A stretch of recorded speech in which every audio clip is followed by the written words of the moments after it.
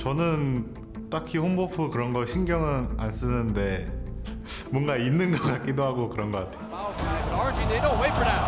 And just listen to that crowd as the Nexus goes down. 如果我们状态一直保持，应该可以打到 MSI 的总决赛。 확실한 건 전처럼 그렇게 쉽게 무너지지는 않을 것 같고 Would it be the revenge game against Counter Logic Gaming? And it is.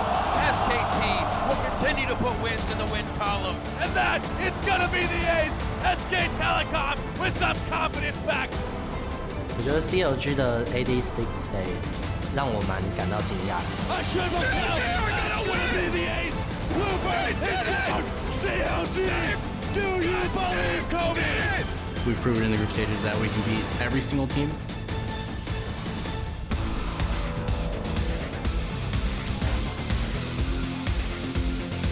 Welcome, ladies and gentlemen, to the final day of what has been an absolutely insane mid-season invitational group stage. We are coming to you live from the Oriental Sports Center in Shanghai, China, where fans have packed the arena and will be cheering on their favorite teams as they fight with their eyes on the next week's bracket stage. Our beautiful venue, again, playing host to the 2 weeks of games, and some cosplayers here out in form.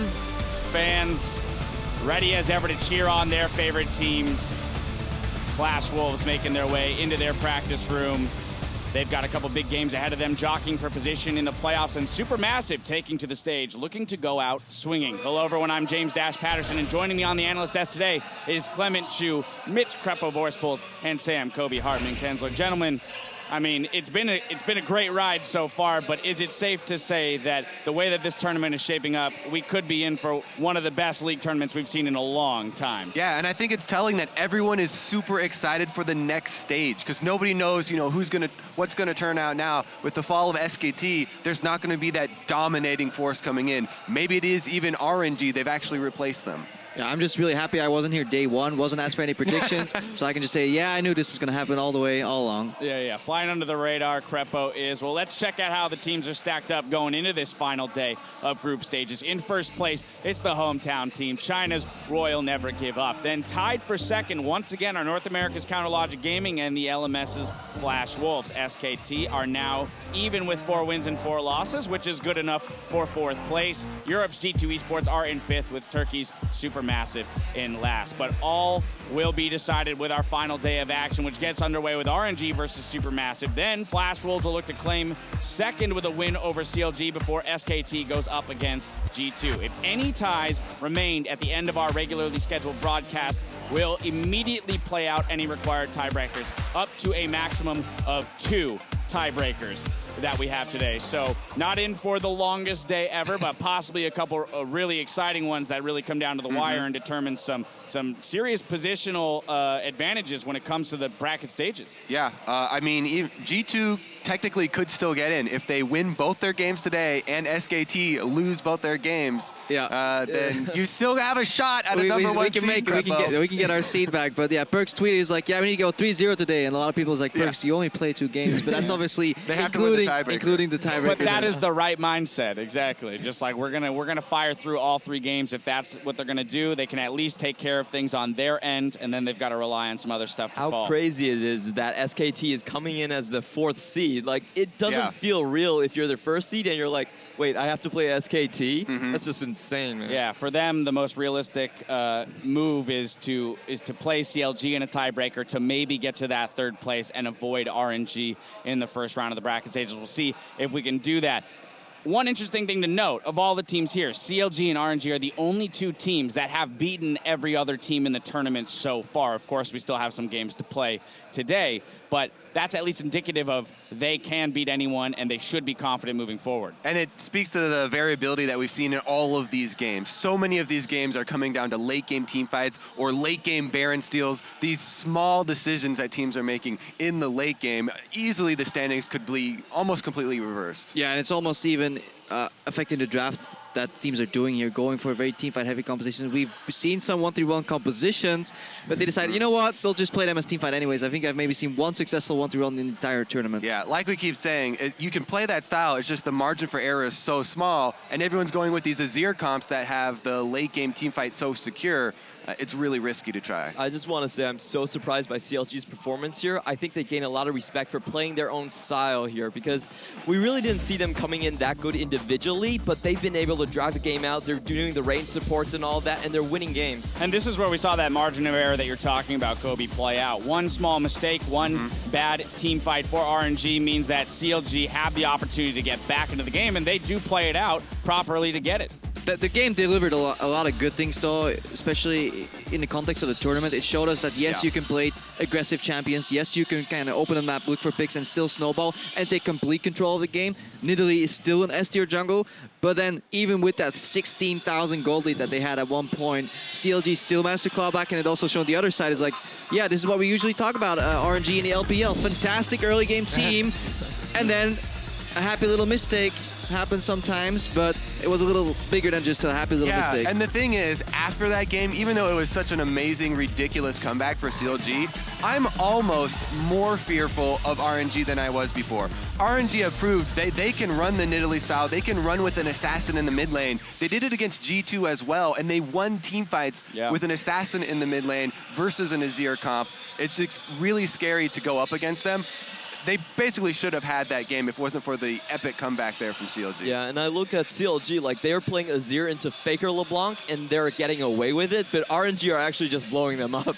Yeah, Jahu's LeBlanc has been absolutely insane. I mean, everything about Jahu has been insane, but the fact that he could make that champion, which is very inherently a pick-off champion, work in team fights by always finding flanks, also together with his team. There's always a pink ward for him. Either he places it himself or Mata will just do it for him. So they're just in unison, and then when they have so much vision and so much knowledge, they win every team fight because they're just so damn good at team fighting. The only thing I can ask for more in this tournament is a little bit more champion diversity, because we've had some very, very small champion pools for most of the lanes here. Aurelion Sol's made a small appearance, but I was hoping for Vel'Koz and Cassiopeia and all kinds of stuff. Yeah, well, as we come down to the wire, who knows, maybe someone will pull something out of their back pocket in order to try and make a win. Otherwise, teams will have a little bit of time between the group stages and the bracket stage to go and retool and find something else that they want to put into play. Now, as we look forward to next week's bracket stage, we want to get your take on the round robin. Tweet at LOL Esports and tell us what is your #1 highlight of the MSI group stage and why. Send us your responses as the action unfolds, and be sure to use the hashtag MSI2016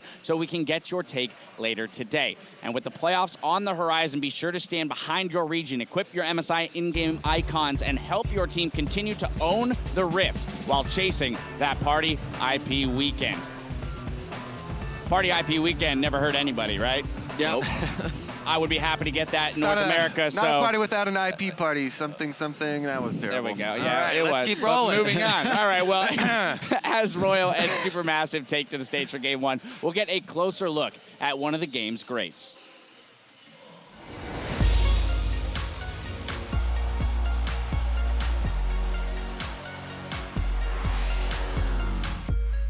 The player that I'll I'll say will be Mata.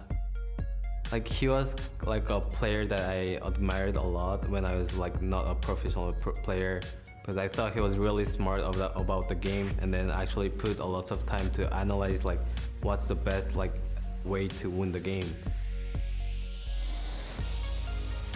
Two players back in Season 4 changed the way the game was played. Dandy was one of them, Mata was the other one on Samsung White. Coming into Worlds, people didn't really understand vision properly, people didn't understand how to set up tower dives, people didn't understand how to actually create big map advantages without forcing big team fights. Well, Samsung White, they showed the world, and it was Mata who led the way.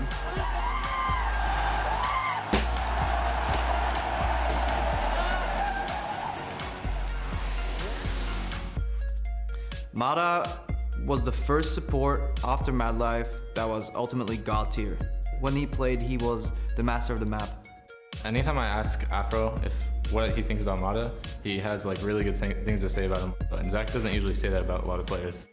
Mata and I go way back. Last year, when we did our Korean boot camp, we were talking on the Korean client. He tells me every single time when I see him, oh my God, big fan, right? And then I do the same to him.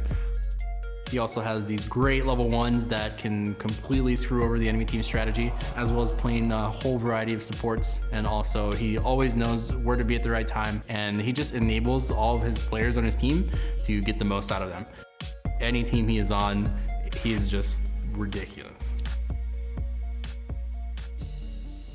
We have seen with some of the Korean players in the past, when they do move to China, they enjoy it for like a year where it's a bit up and down, very inconsistent in many ways. And then they kind of realize that winning is the fun thing. It's not about earning a lot of money. It's not about having a big gaming house or whatever. You need to win. And I think once you have tried losing and played with a team that didn't work, as a Korean former world champion, that's not acceptable. Out of the heel. Oh, Burks with a nice flash, but the hook comes through. Mata! He's going to come down. Woosh picks up the kill. 我觉得 RNG 是一个，就是他们算是 Mata 就是带起来的队伍吧。因为之前麻辣香锅他的经验没有很够嘛，但是因为 Mata 他的经验，所以可以让他们队伍变得更有系统的感觉。然后再加上麻辣香锅的入侵，所以他们是一支就是有头脑又有操作的一个隊伍。 But RNG, they don't wait for that. In a flash over the wall, Mata stays alive with a triumphant roar. 메인 오더를 맡고 있긴 한데 그냥 혼자 한다고 되는 게 아니거든요. 팀원들 다 할 수 있게 이끌어주는 것 같아요. Mata 来到 RNG 是就给我们整个团队提升了很多，就包括队员的对线细节，还有团战处理都提升了很多。他主要是教我们每个人的一些对线啊，或者是团战，或者是一些运营的吧上面的问题吧，还有特别是沟通上面的问题，把我们全部改变了。Yeah, if Faker did not exist, Mata probably had a good shot at being the best League of Legends player in history. Sadly, that Faker kid showed up, kept winning things overall. His career's not over yet, right? There's still room to climb. He's actually just a fantastic player to watch. And even a lot of what he does is kind of invisible because we don't really get access very often. We can't really ask these players what he does. But every single teammate that he's played with has said, like, yeah, I didn't even have to talk. Mata just guides me. Team fights, one step back, go in now. You can see him constantly talking, especially very early in the season, week 1 and 2. He was pretty much blabbering the entire game, telling people what to do, and it worked for RNG. Yeah, he's one of those guaranteed players will be in the Hall of Fame. Yeah, and I just want to add, I think it's great for the LPL that they finally found a formula to work their Korean players in. RNG coming in, they said they want Korean brain, Chinese muscle, and it's working out fine for them. Paying dividends for them here at this tournament now. Who's ripped then? Yeah, he is. Later today, we'll be unveiling our all-tourney team based on the play we've seen here in Week 1, highlighting the best players from across the rift. Mata, some might say, is a front runner in that support position. But now it's time to head over to the caster desk to get our game started.